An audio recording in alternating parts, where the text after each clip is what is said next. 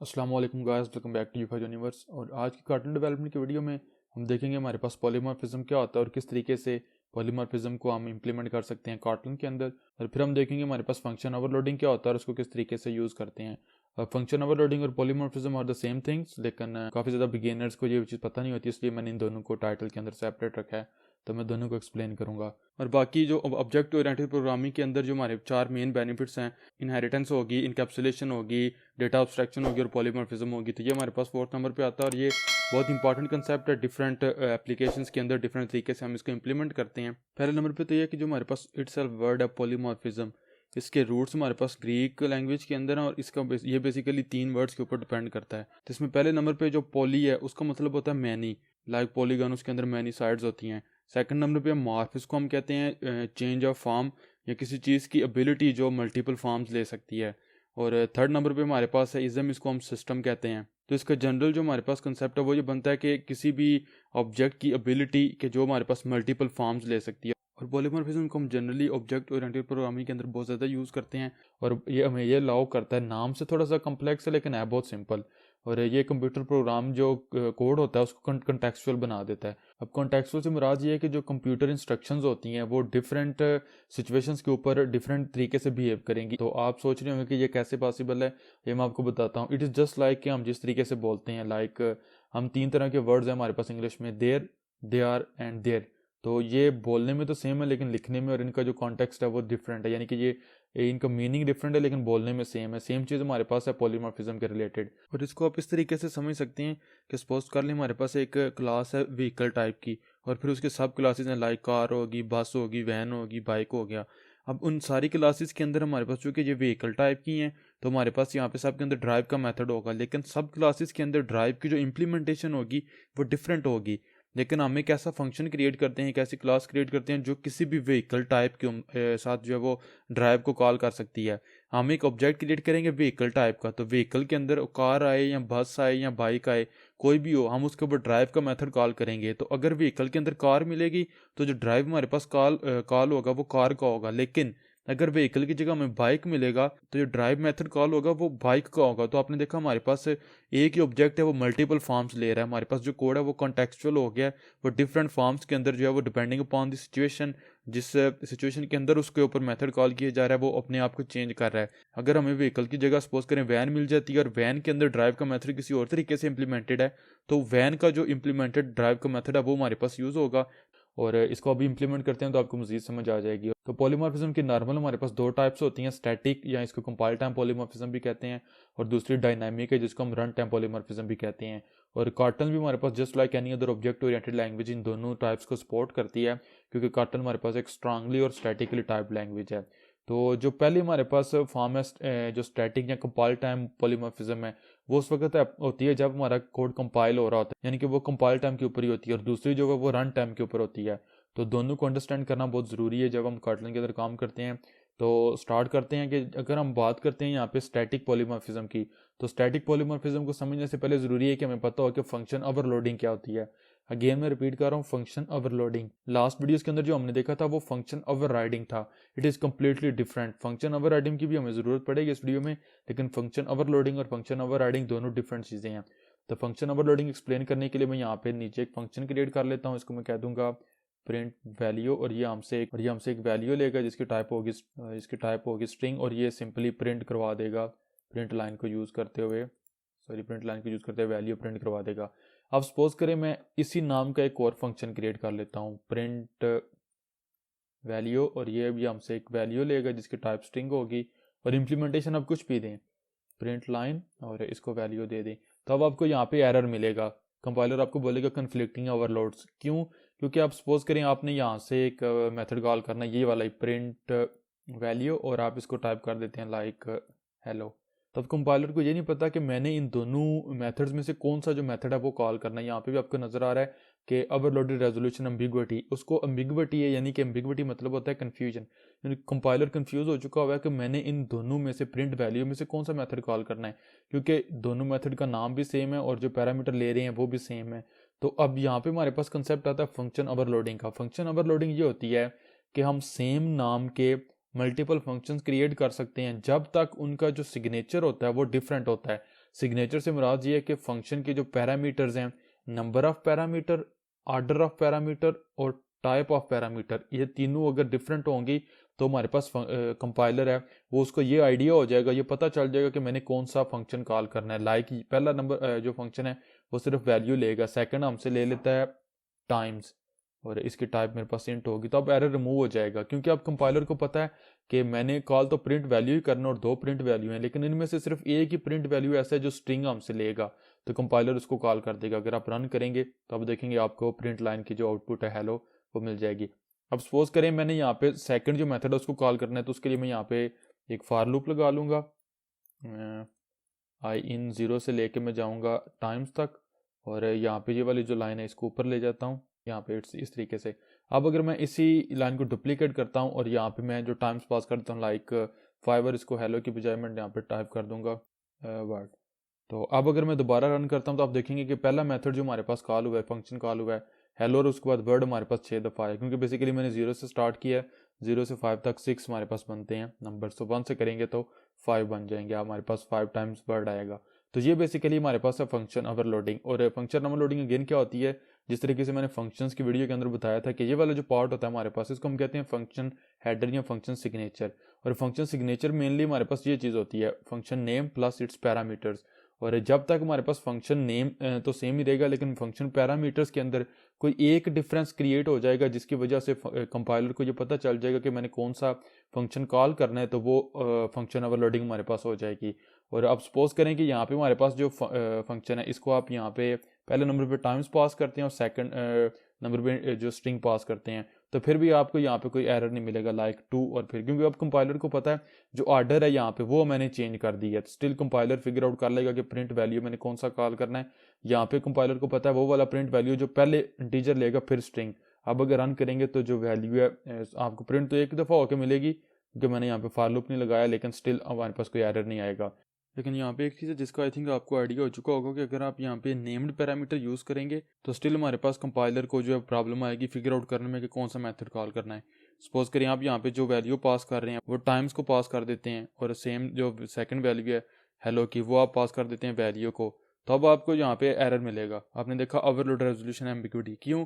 क्योंकि अब कंपाइलर ये फिगर आउट नहीं कर पा रहा कि सेम इन्हीं नेम्स के साथ पैरामीटर तो यहाँ पे भी डिफाइंड है, तो अब अगेन कंपाइलर के लिए ये प्रॉब्लम है फिगर आउट करने में। अब सपोज करें आप टाइम्स को यहाँ से अगर एन के ऊपर कन्वर्ट कर देंगे, और अब आपके पास जो एरर है वो रिमूव हो जाएगा, क्योंकि कंपाइलर को पता है प्रिंट वैल्यू के दो मेथड्स हैं, लेकिन जो टाइम्स और वैल्यू के साथ जो भी पैरामीटर ले रहा है वो सिर्फ एक मेथड है। अगर अगेन आप इसको यहाँ पे टाइम्स के ऊपर कन्वर्ट करेंगे तो अब कंपाइलर ये फिगर आउट करने में इसको प्रॉब्लम है कि ये वाले जो पैरामीटर्स हैं ये मैंने किसको पास करनी है, क्योंकि ये पैरामीटर यहाँ पे भी जा सकते हैं और यहाँ पे भी जा सकते हैं, तो ये हमारे पास स्टिल जो है वो एरर है, तो मैं इसको यहाँ पे अंडू कर देता हूँ। तो ये हमारे पास है फंक्शन ओवरलोडिंग, और ये कंपाइल टाइम के ऊपर होती है। और ये जो फंक्शन ओवरलोडिंग है इसी चीज़ को हम कहते हैं बेसिकली कंपाइल टाइम पॉलीमॉर्फिज्म या स्टैटिक पॉलीमॉर्फिज्म, क्योंकि कंपाइलर को कंपाइल टाइम के ऊपर पता है जब वो कोड कंपाइल करता है कि मैंने कौन सा फंक्शन कॉल करना है। लाइक यहाँ पे अगर आप कमांड या कंट्रोल क्लिक करेंगे तो आप इस फंक्शन के ऊपर चले जाएंगे, अगर आप इसके ऊपर क्लिक करेंगे तो आप इसके ऊपर चले जाएंगे।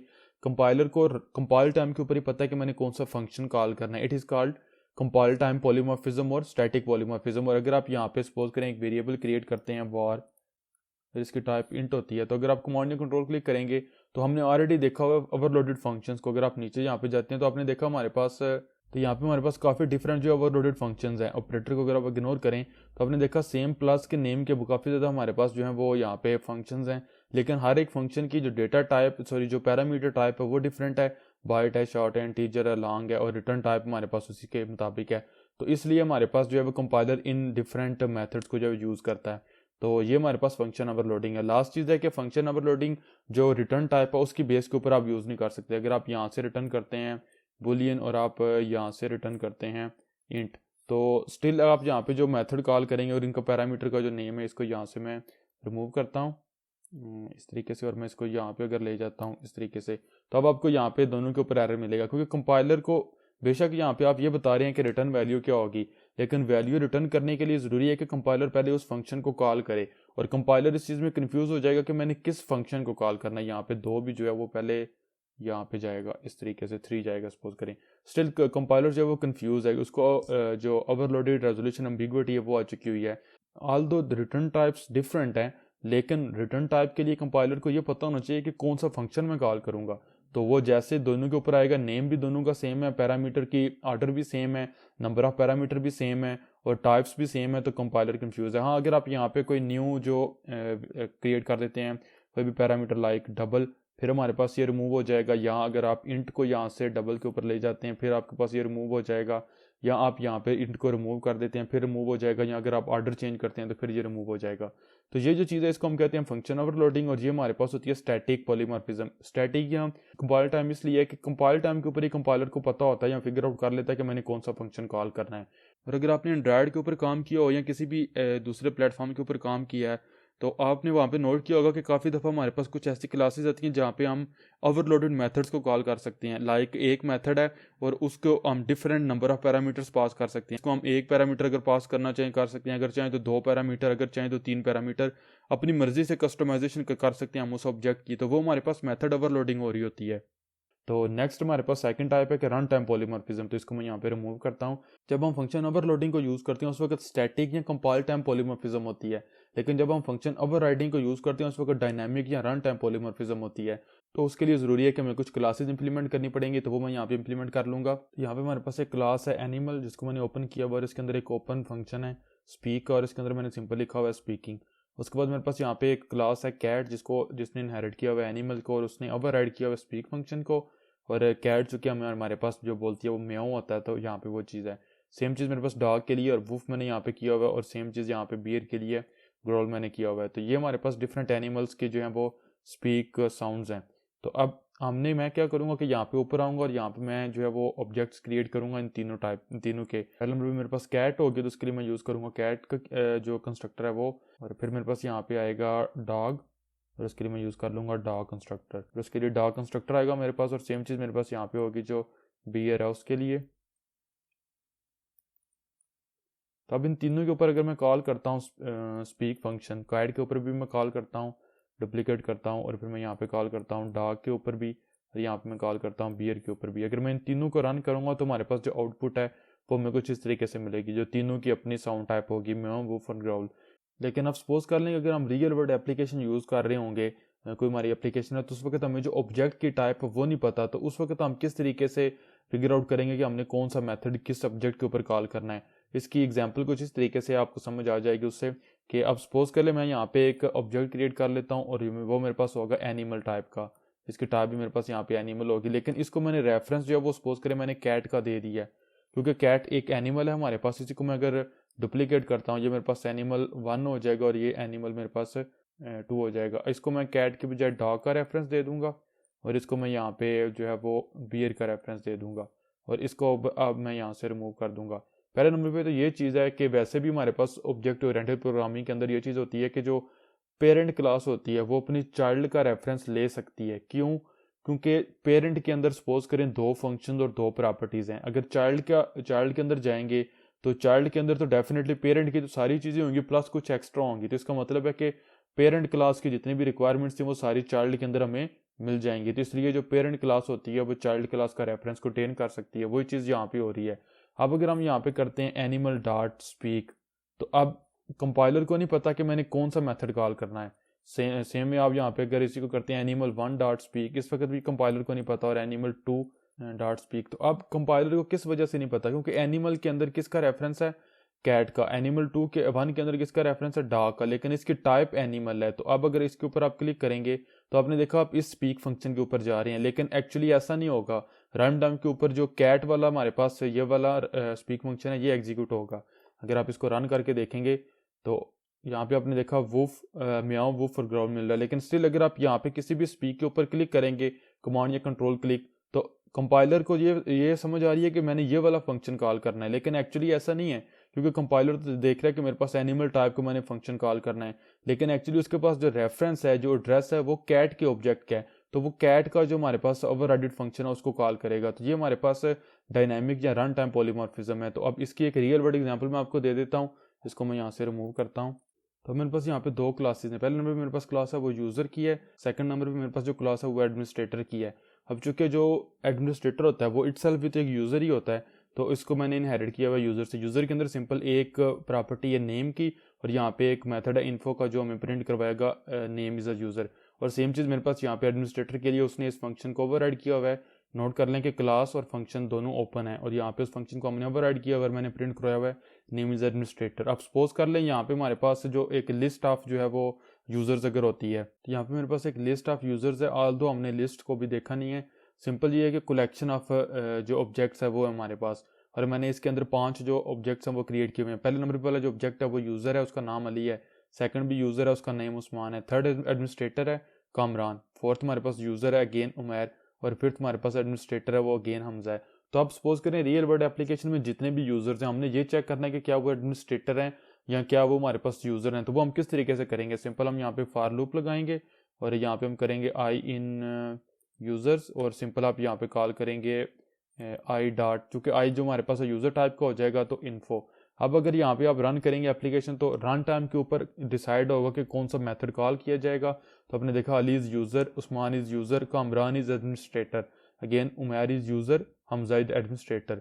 तो ये हमारे पास जो है वो रन टाइम या डायनामिक पॉलीमॉर्फिज्म। और अब आपने देखा कि जो हमारे पास कोड है, मैंने आपको शुरू में बोला था कि वो कॉन्टेक्सचुअल हो जाएगा। इसका मतलब है कि जो इंस्ट्रक्शन होगी हमारे पास वो जिस इन्वायरमेंट के अंदर, जिस सिनेरियो के अंदर एग्जीक्यूट होगी वो डिफरेंट बिहेव करेगी। अब मेथड तो हमारे पास एक ही, स्टेटमेंट हमारे पास एक ही है आई डॉट इन्फो, लेकिन ये जिस ऑब्जेक्ट के साथ कॉल की जा रही है उसके ऊपर डिपेंड करते हुए डिफरेंट बिहेव करेगी।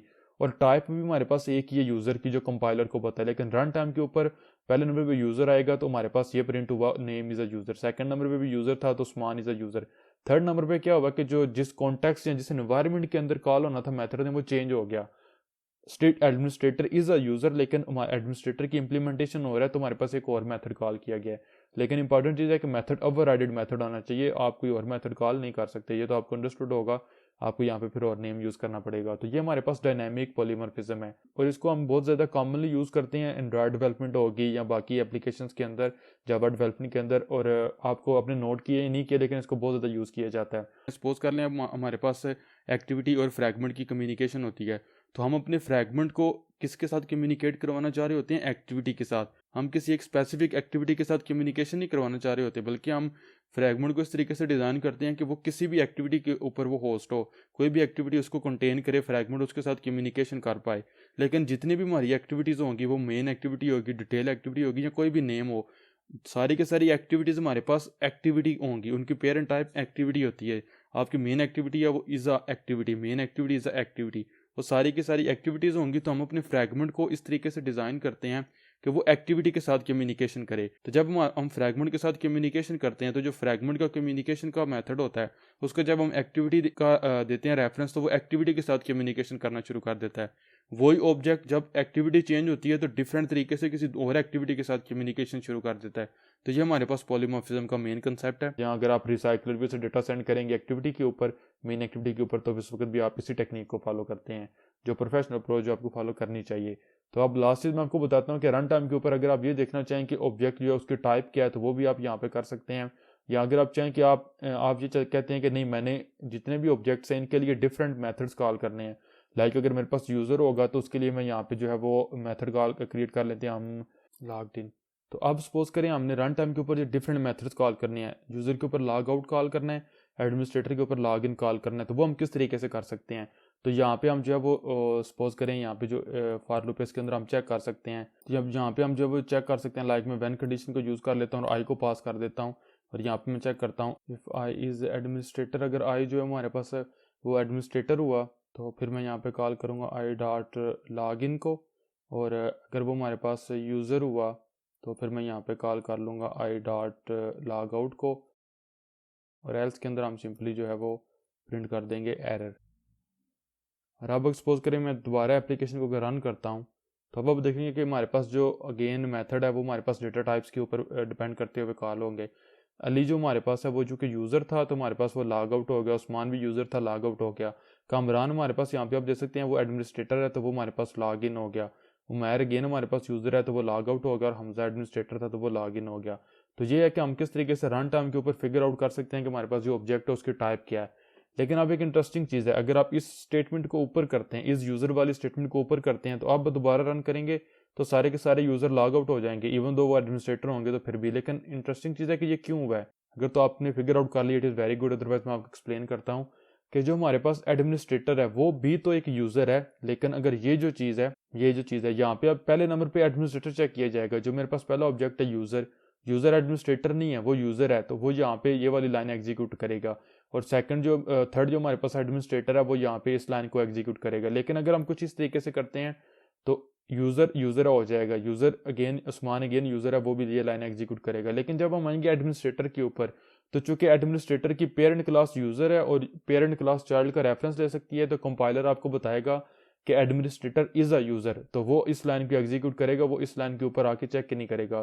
तो इसलिए आप जितनी भी सब क्लासेज होती हैं उनको पहले चेक करते हो, और एट दी एंड आपने पेरेंट क्लास को चेक करना होता है। लाइक अगर आपके पास यूज़र की कोई और टाइप्स होंगी, मॉडरेटर होगा, वो आपके पास एडमिनिस्ट्रेटर भी नहीं होता, लेकिन वो यूज़र से थोड़ा सा उसके पास कंट्रोल ज़्यादा होता है, लेकिन पूरा एडमिनिस्ट्रेटर वाला अकाउंट नहीं होता, कंट्रोल नहीं होता, तो वो आप सेकंड नंबर पे यहाँ पे चेक करेंगे। तो आई थिंक सो आपको समझ आ चुकी होगी।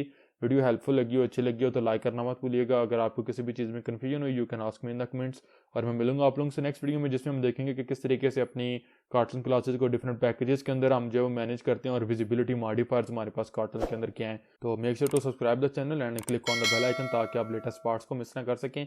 टेक केयर, अल्लाह हाफिज़।